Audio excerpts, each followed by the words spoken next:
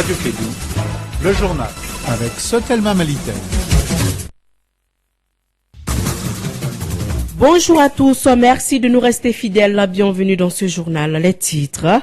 Pour sécuriser la région nord du Mali, les premières patrouilles mixtes viennent d'être lancées à Gao. 600 soldats participeront aux patrouilles. Depuis hier, les acteurs de l'eau potable sont en conclave à Bamako. Objectif, trouver des voies et moyens afin de produire des documents de qualité sur la bonne distribution de cette matière précieuse à long terme. La 25e édition du FESPACO, le festival panafricain du cinéma et de la télévision de Ouagadougou, ouvre ses portes demain samedi et ce jusqu'au 4 mars 2017. Il a pour thème formation et enjeux de la professionnalisation. Le Sénégal a annoncé l'arrestation de 2 djihadistes, 2 terroristes présumés originaires du Mali. L'un d'entre eux pourrait être lié à l'attentat de Grand Bassam, selon la police sénégalaise. Voilà pour le sommaire de ce journal.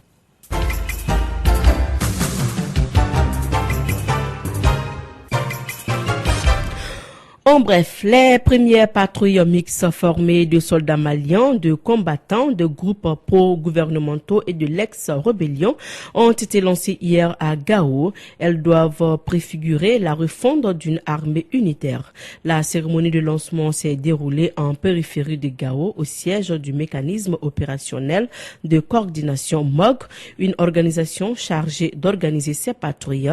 600 soldats participeront à ces patrouilles qui sont une disposition de l'accord de paix signé en 2015 par Bamako, la plateforme et la CEMA. Leur lancement, qui avait été sans cesse remis à plus tard, intervient 5 semaines après un attentat suicide contre le camp où la cérémonie a eu lieu hier.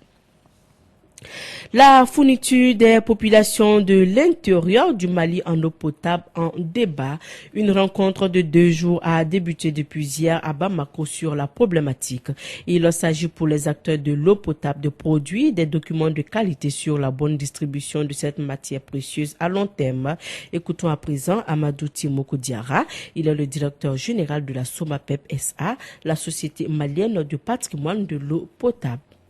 Bon, cette rencontre a pour objectif justement d'échanger sur les schémas directeurs d'alimentation en eau potable des centres de l'intérieur. Les centres de l'intérieur relevant du périmètre de concession, ce sont des centres qui ont été confiés, n'est-ce pas, à la SOMAPEP SA et à la SOMAGEP SA pour gestion. Alors ces centres, à l'instar de Bamako, ne disposaient pas de schéma directeur, donc d'outils de planification. Alors ces outils de planification ont été élaborés pour chacun des centres, permettront justement d'avoir une visibilité à court, moyen et long terme sur les investissements à effectuer dans chacune de ces villes. Et quelles sont les relations à effectuer, à quel horizon, en tenant compte de la croissance démographique, en tenant compte, n'est-ce pas, de l'expansion géographique.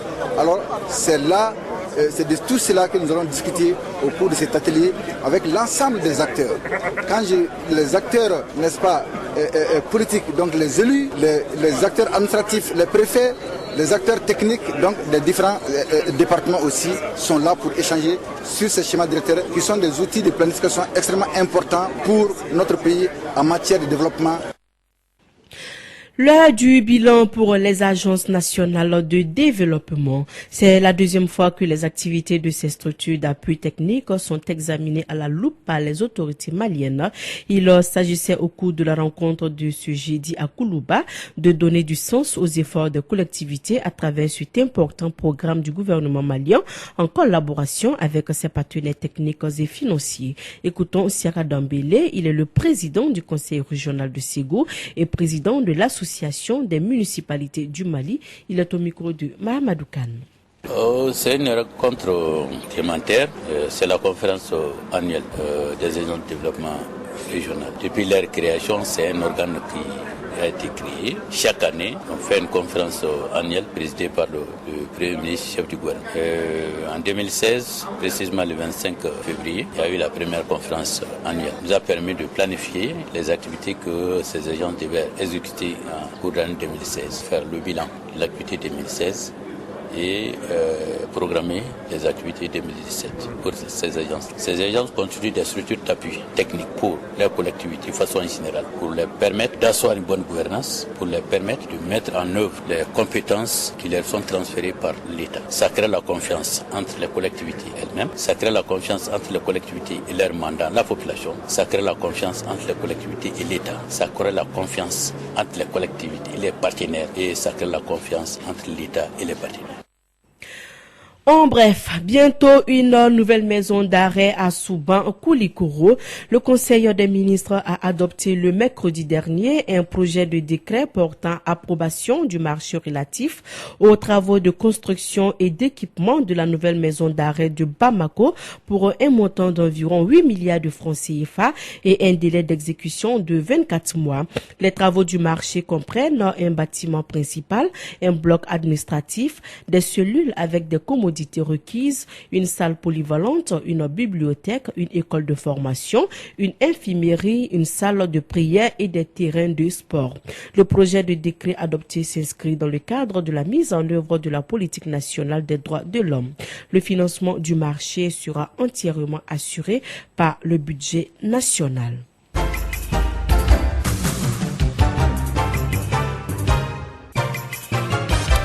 Et sur le plan sanitaire, une nouvelle clinique dédiée à la santé de la mère et l'enfant vient de voir le jour à Bamako. Ce joyau flambant, sis au quartier Sébenikoro, en commune 4 du district de Bamako, est une œuvre de la Fondation Mohamed VI. Elle a été inaugurée hier par une délégation du cabinet de Sa Majesté, le roi Mohamed VI du Maroc, et le Premier ministre Modibo Keïta pour un coût global d'environ 6 milliards de francs CFA. La clinique a pour but la fourniture des services périnataux spécialisés, la prise en charge des grossesses à risque et la limitation de la mortalité maternelle et infantile. Il n'est pas rare de constater des ruptures de médicaments réactifs ou les consommables dans les structures sanitaires au Mali.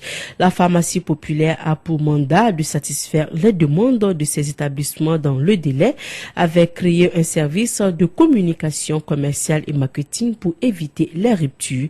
Malgré donc ces dispositions, on constate souvent le manque de médicaments dans les centres de soins au Mali.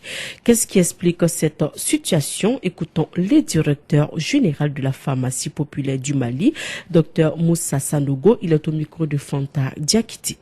La pharmacie populaire du Mali a un contrat avec l'État. C'est des droits, des obligations, c'est des engagements. Le contrat dit que les structures publiques de santé doivent commander prioritairement au niveau de la pharmacie populaire du Mali. Mais en même temps, le contrat dit aussi que la pharmacie populaire du Mali doit disposer des besoins de ces structures au plus tard le 30 septembre de l'année N-1. C'est-à-dire que les besoins doivent être rendus disponibles à temps pour nous permettre de planifier les approvisionnements. Ce sont des produits parfois qu'on n'achète pas au Mali. C'est des produits parfois qui sont fabriqués à la commande. Donc quand nous disposons des besoins à temps, ça nous permet de nous planifier et de faire face à la situation. Mais il y a aussi une réalité qu'il faut reconnaître. Parfois, il y a certaines structures de santé qui doivent à la pharmacie populaire du Mali. Je peux vous citer un hôpital qui nous doit 239 millions, il y a presque 5 ans. Il y a d'autres aussi qui sont dans cette situation, qui ne sont pas prêts à honorer leur engagement suivant les échéances de paiement qui sont convenues entre nous. Mais il y a aussi une réalité, c'est qu'on constate encore une volonté pour certains gestionnaires de ces établissements à s'approvisionner dans les circuits privés. Ces raisons, je ne pourrais pas vous l'expliquer. Et donc, il va falloir que les uns et les autres retournent vers la pharmacie populaire du Mali, qui est l'instrument de l'État.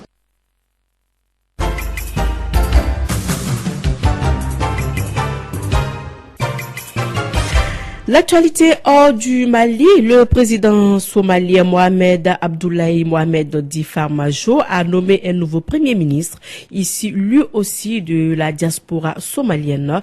Hassan Ali, 49 ans, a travaillé dans l'humanitaire puis dans le secteur pétrolier, une nomination qui doit encore être confirmée par le Parlement. Le Sénégal a annoncé l'arrestation de 2 djihadistes, 2 terroristes présumés originaires du Mali. L'un d'entre eux pourrait être lié à l'attentat de Grand Bassam selon la police sénégalaise. Les 2 djihadistes ont été arrêtés hier en milieu de journée. Un chauffeur interpellé à la gare routière de Dakar et un homme de 43 ans arrêté lui dans une auberge de la capitale sénégalaise. Et puis, au Niger, une patrouille militaire a été ciblée par un groupe d'assaillants non loin de la frontière malienne. Le bilan est lourd. 15 personnes ont été tuées et 19 blessées, selon un bilan communiqué hier par les autorités.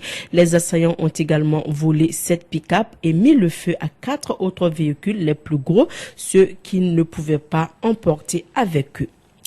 Oumar El-Béchi multiplie les accusations contre l'Égypte. C'est donc la deuxième fois en moins d'un mois que le président soudanais Oumar El-Béchi fait une sortie contre l'Égypte avec des accusations graves. Cette fois, il l'accuse de recevoir les opposants soudanais au Caire et de livrer des armes au Soudan du Sud. Des accusations lancées mercredi en marge de sa visite aux Émirats arabes unis. De son côté, l'Égypte dément ces accusations et rappelle que les opposants soudanais sont au cœur depuis toujours. La 25e édition du FESPACO, le festival panafricain du cinéma et de la télévision de Ouagadougou, ouvre ses portes demain samedi et ce jusqu'au 4 mars 2017 avec comme pays invité d'honneur la Côte d'Ivoire. Il a pour thème cette année formation et enjeux de la professionnalisation. À l'affiche, plus de 150 films pour la compétition et plus de 100 000 spectateurs attendus en salle. Il est 13h14 dans le studio d'Elibaba Sissoko. C'est la fin de cette édition. Le rappel des titres. Pour sécuriser la région nord du Mali, les premières patrouilles mixtes viennent d'être lancées à Gao. 600 soldats participeront à ces patrouilles. Depuis hier, les acteurs de l'eau potable sont en conclave à Bamako. Objectif, trouver des voies et moyens afin de produire des documents de qualité sur la bonne distribution de cette matière précieuse à long terme. La 25e édition du FESPACO, le festival panafricain du cinéma et de la télévision de Ouagadougou, ouvre ses portes demain samedi et ce jusqu'au 4 mars 2017. Il a pour thème cette année formation et enjeux de la professionnalisation. Le Sénégal a annoncé l'arrestation de 2 djihadistes, 2 terroristes présumés originaires du Mali. L'un d'entre eux pourrait être lié à l'attentat de Grand Bassam selon la police sénégalaise. Voilà, c'est tout ce qu'on pouvait retenir pour ce 13h. Merci de votre fidélité. Présentation Mariam Kouyaté, partie technique Fatou Fall. Après moi, votre émission sportive.